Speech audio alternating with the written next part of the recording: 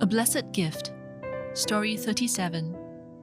A New Mom's Journal by Felicia Zhou.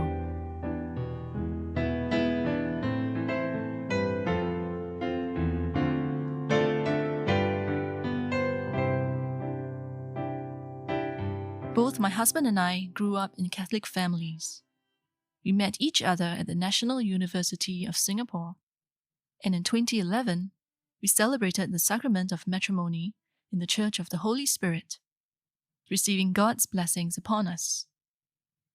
2 months after that, my husband headed to Oxford University in England to read for his master's degree.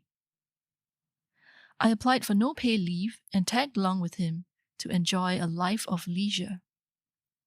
In our 1 year there, we frequently visited the many museums, libraries, historical buildings, and landmarks, and we also traveled around the United Kingdom and Europe. Of course, we even watched Liverpool FC play at Anfield twice. I also honed my cooking and meal planning skills while we were overseas, skills that would prove most useful when I became a homemaker later in life. Our first daughter was born in 2013. At the time, we were living with my parents-in-law, but despite their help, being first-time parents, we were still overwhelmed by our new responsibilities. Almost every single thing that happened was a new experience for us and came as a shock to me. I realized I knew next to nothing about parenting a baby. It was a very unsettling feeling. The first few days, weeks, and months were crazy. Everyone was exhausted just looking after that one baby. During the nights, when my newborn was marathon feeding, I would be frantically Googling to find out why my baby cried so much in the middle of the night. But even before I could find any answers, she stopped doing that and started sleeping through the night. Each time my baby reached a developmental milestone, she would fuss. It was only later that I understood that as long as I was with her during these crucial times to give her a sense of security, she would pass smoothly through each of them. I realized that she was not the only one learning and growing. I, the new mom, was too.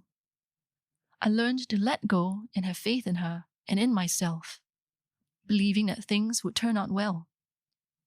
And indeed, as she gradually grew up, things did become more relaxed, and I became more self-confident, even thinking that we would be more than ready for baby number 2.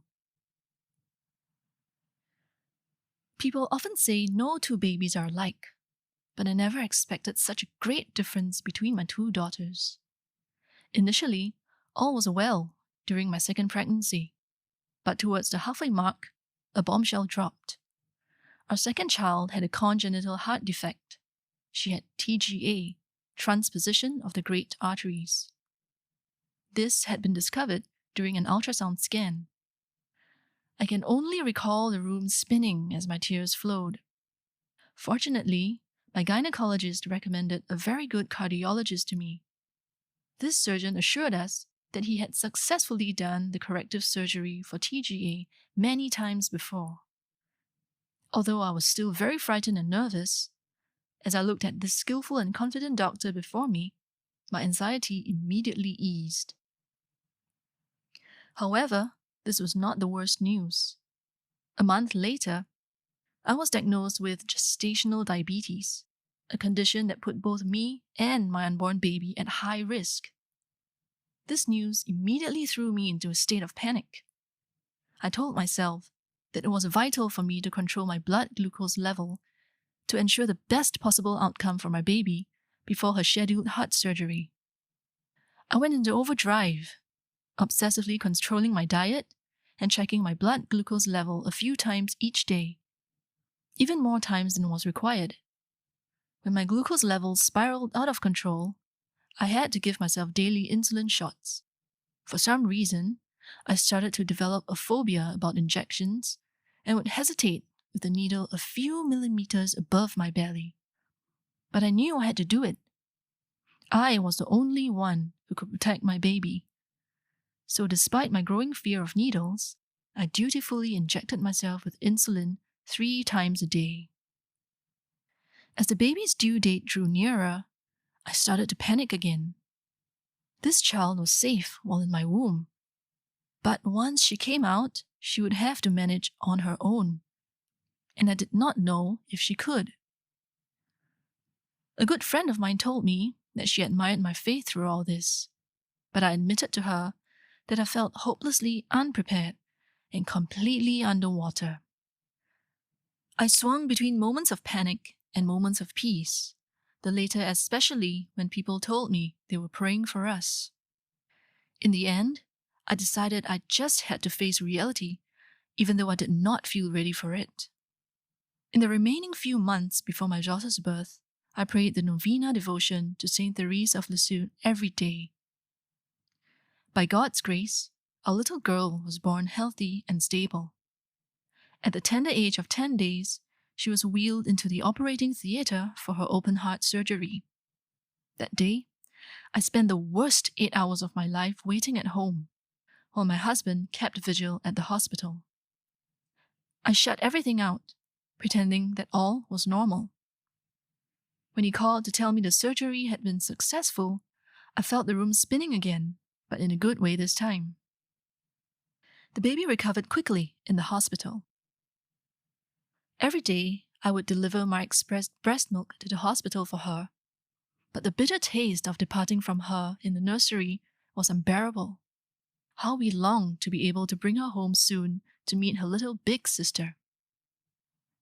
It was another tough month for all of us, but we were finally able to bring our little warrior home to meet her big sister, whose familiar voice she had heard chattering non-stop while she had been in my womb.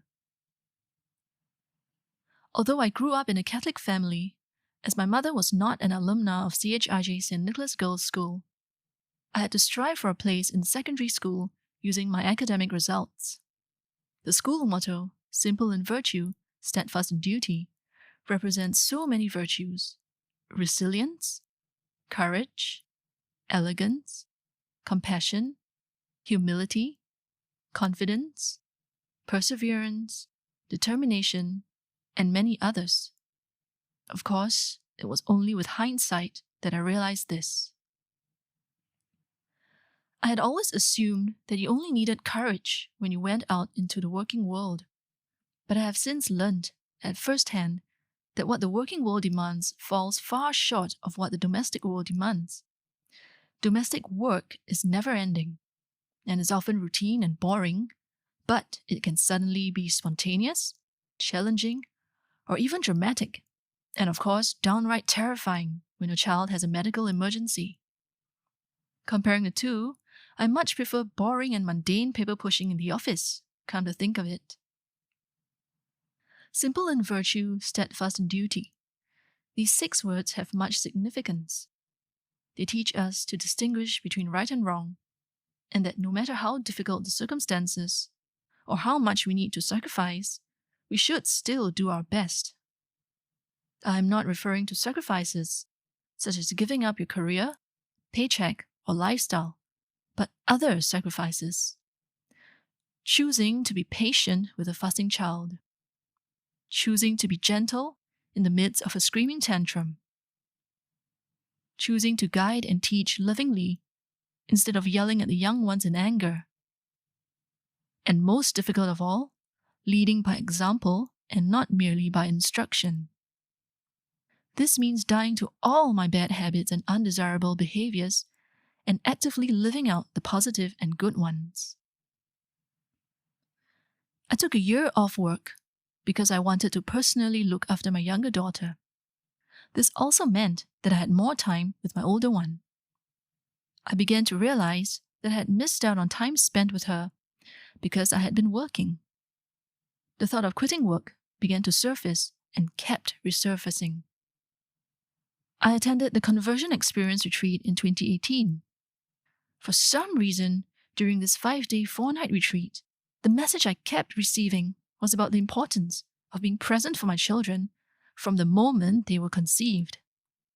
As a result, after the retreat, I decided to quit my job and become a full-time, stay-at-home mother.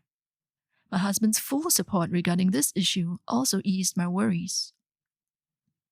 Although I feel happy about choosing to leave my career and becoming a full-time mom to my 2 girls, there are still times when I wonder if we had made an impractical decision to just rely on my husband's salary to manage all the household expenses.